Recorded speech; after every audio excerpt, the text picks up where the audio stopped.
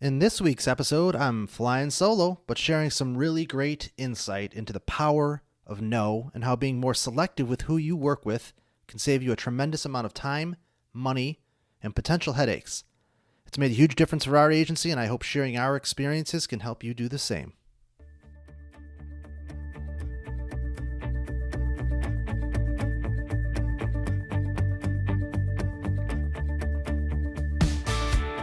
Hello, and welcome to another episode of the Socialistics podcast, Social Media Agency Stories.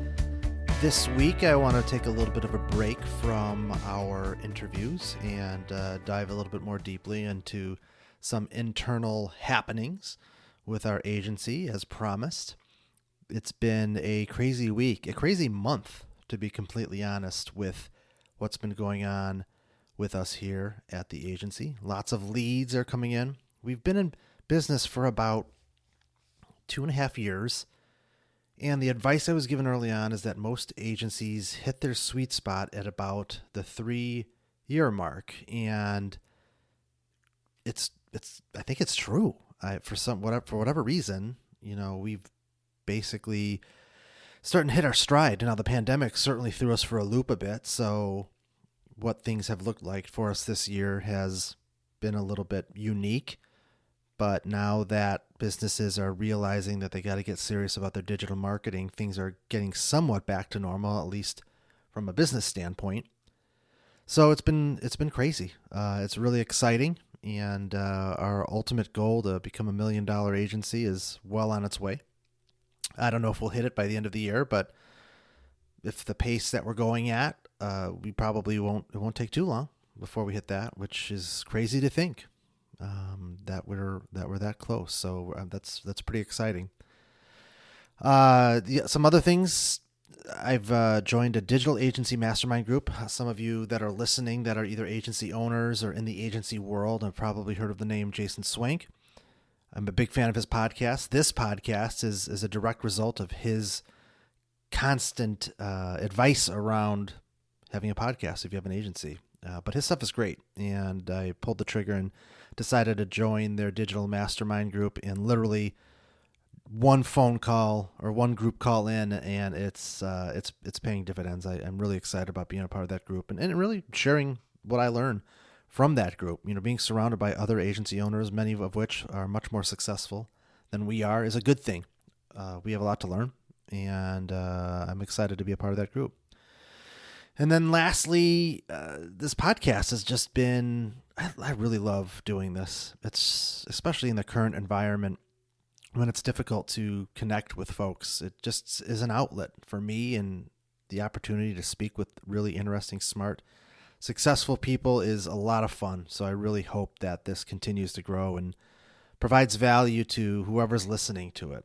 And one of the things I went through this past week is doing a little bit of what's called a fearless feedback that I went through with a group called Poddex, and that's an interesting little group that basically have folks just learning about podcasting, and I kind of put myself out there, put this podcast out there for some feedback, and learned some really great things. And one of the things that I was well aware of, but hearing it from other folks just reinforced it, is I got to work on my uhs and ums. So this episode is another attempt at me really trying to work at that. So if you're listening to this, take a note, or do an or tracker and let me know how many I actually do. I'm literally thinking about it in my head right now, trying to force myself to be comfortable with pauses and not filling those gaps with uhs and ums. So hopefully this is a step in the right direction. So there we go. But this week, I wanted to talk about the power of no, and how it can be the most powerful the most powerful word in your vocabulary as an agency owner. And it seems like a simple thing, but it's when you're just starting out and you're in the beginning stages, it's really hard to do that. It's still hard, even for me, to say no to new opportunities. At the end of the day, when you're running an agency, it's you want to drive revenue. You want to make sure that you're thriving, that you have work for your people, and that you build a buffer, so that you get to that point where not only do you feel like you've turned the page and you never have to look back, but you want to grow, and it's hard to say no to opportunities. So it's one of the biggest things that I've learned over time and continue to learn, how to do that and why, to do that.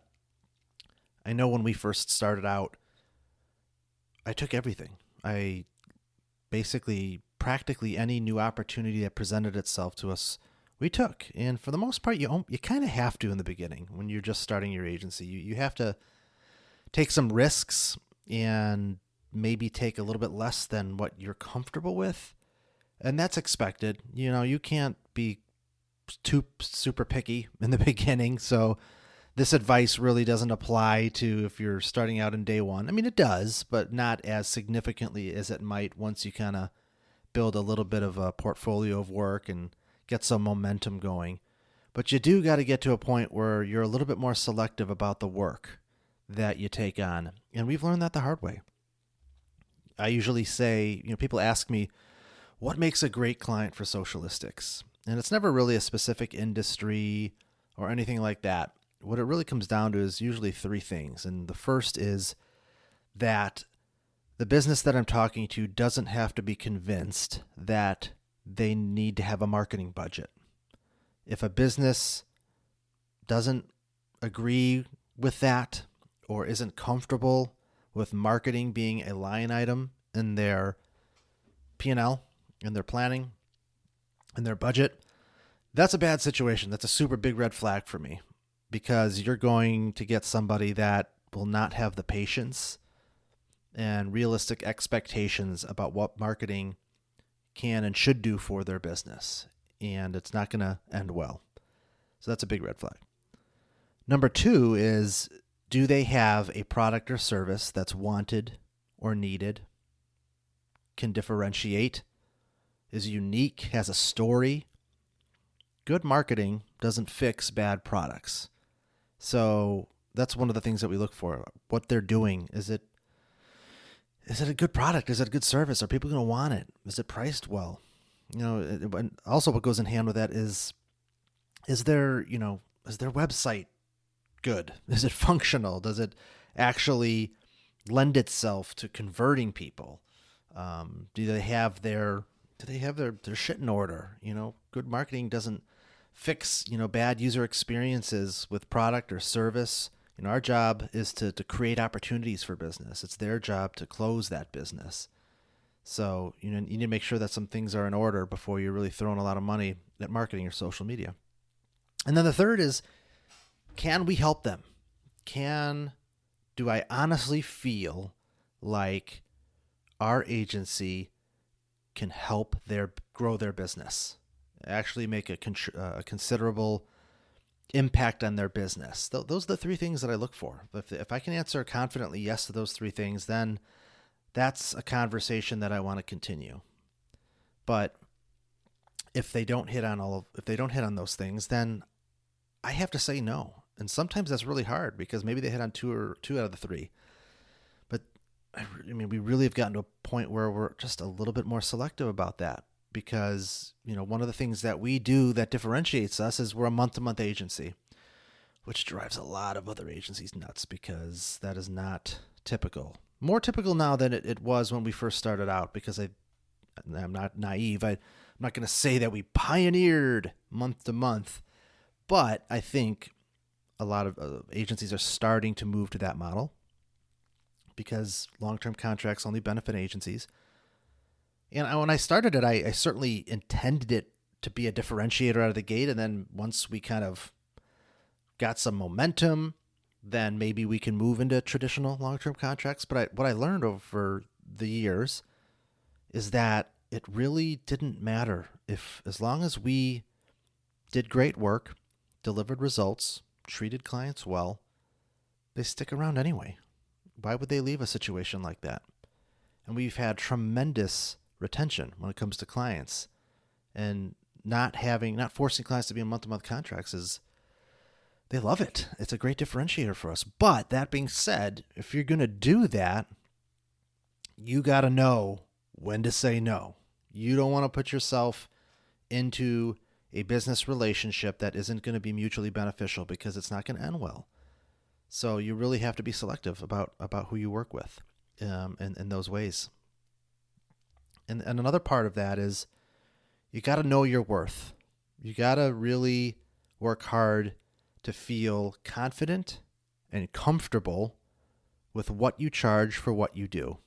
And 9 times out of 10, most new agency owners or people starting out undervalue themselves. I know that we did.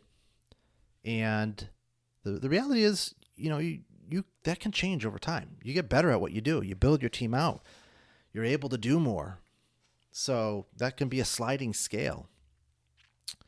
But you need to know what you're worth and feel confident charging that. When we first started, I was all over the place with that because I was just trying to land business, and I'd do whatever I had to do as long as I could, even at the very least, break even. I'd take it. And again, when you're first starting out, you might have to take a couple like that. But once you start getting into a rhythm, you really need to charge what you're worth. And only you know what that is, what that number in your head is. If I'm doing this work for this amount, I feel really good about that. It allows us to be at a profitability that I'm comfortable with and where I want to be. Because the fact of the matter is, if you charge somebody less or you take things and more inexpensively, that's what you're worth to a client. And it's very difficult to go back to them to raise your rates, to increase what you charge them. So you really want to make sure that you come out of the gate establishing your value. And you're going to lose opportunities. I've had plenty of leads that come in that aren't a fit financially. They're not comfortable with spending a couple $1,000s on their social media, and that's okay. I used to avoid talking about price in the beginning because it always felt so uncomfortable to me. Like I wanted to make sure that I could get into a level of depth with them, like about who we are and what we do and how we do it. And there's some truth to that. But the fact of the matter is, when you start scaling and you start getting a lot of leads and you start getting a lot of phone calls, you have to start to pick your battles. You don't want to spend 45 minutes on a phone call with somebody and then in the 43rd minute get to the topic of price. You tell them and then they're like, oh, well, I can't afford that. That's twice as much as what I thought it would be. And then now you've just wasted 45 minutes. I've done that. It's happened. It's frustrating. So you got to find a way to, look, I'm not saying every call or every lead that you speak to out of the gate, you lead with that. You just kind of have to get a sense of, and you will over time, you got to get a sense of, are these, if you do your preliminary research, you'll get a kind of a sense of who they are and where they are in the market. We do a lot of B2B work, so we can tell pretty quickly whether this is a business that's been around, with a little bit of recon, we can tell, what size company they are and whether price is something that's going to be an issue to them. So for us, it's really, we get into these situations more with like startups or businesses that are still relatively new. That's where sometimes I feel like we need to address kind of a range of budget for what we do before going too deep. And I've had plenty of instances where that's probably saved me a ton of time. And look, they appreciate it too. I always lead with, hey, typically I don't lead with price, but based on kind of where you're at and what we're seeing, I just wanted to make sure that I'm respectful of your time. That, I always lead with that. Like I'm going to lead with this in case this number kind of scares you away. It's not where you're at. I don't want us to spend 30 minutes on a call and waste your time if we're not a good fit logistically. And people appreciate that. So we do that quite a bit. And look, there's a ton of tire kickers and window shoppers out there. That are just, their priority is spending as little as possible to have their social media managed or for marketing. That's a big red flag. You don't want tire kickers. You don't want window shoppers. You don't want people that are thinking more about what is this going to cost me and less about what is this going to do for me. Though that's a red flag. You should immediately walk away from those sorts of situations. Another way to kind of gauge that is, the difference between somebody doing a proposal or doing a pitch. If a client or a potential client says, you spend 30 minutes on the phone with them and it sounds like there's some opportunity there potentially, and you get to a point where you're discussing next steps and you're like, you want to kind of establish or set up a time to maybe do a pitch for them, which is much more effective than just emailing them a proposal or a document. If they're not willing to do that, that's a red flag.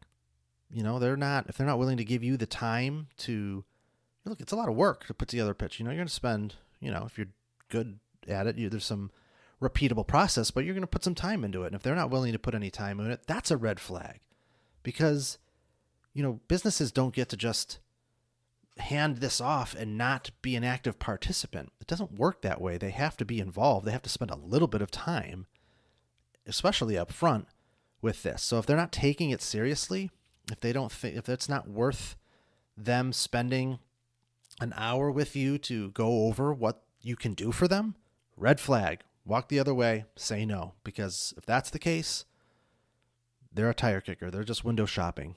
They're just looking for the best deal. And that's not a situation that you want to be in. It's hard, especially when you're starting out.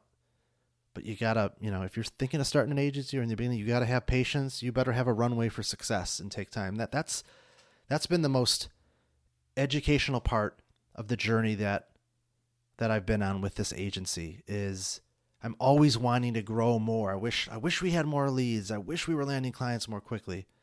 But the fact of the matter is, if you do things the right way and you scale with the right clients, the velocity of your success isn't going to be, it's not going to all happen as quickly as you would like. There's good clients are hard to find. There's a lot of competing agencies.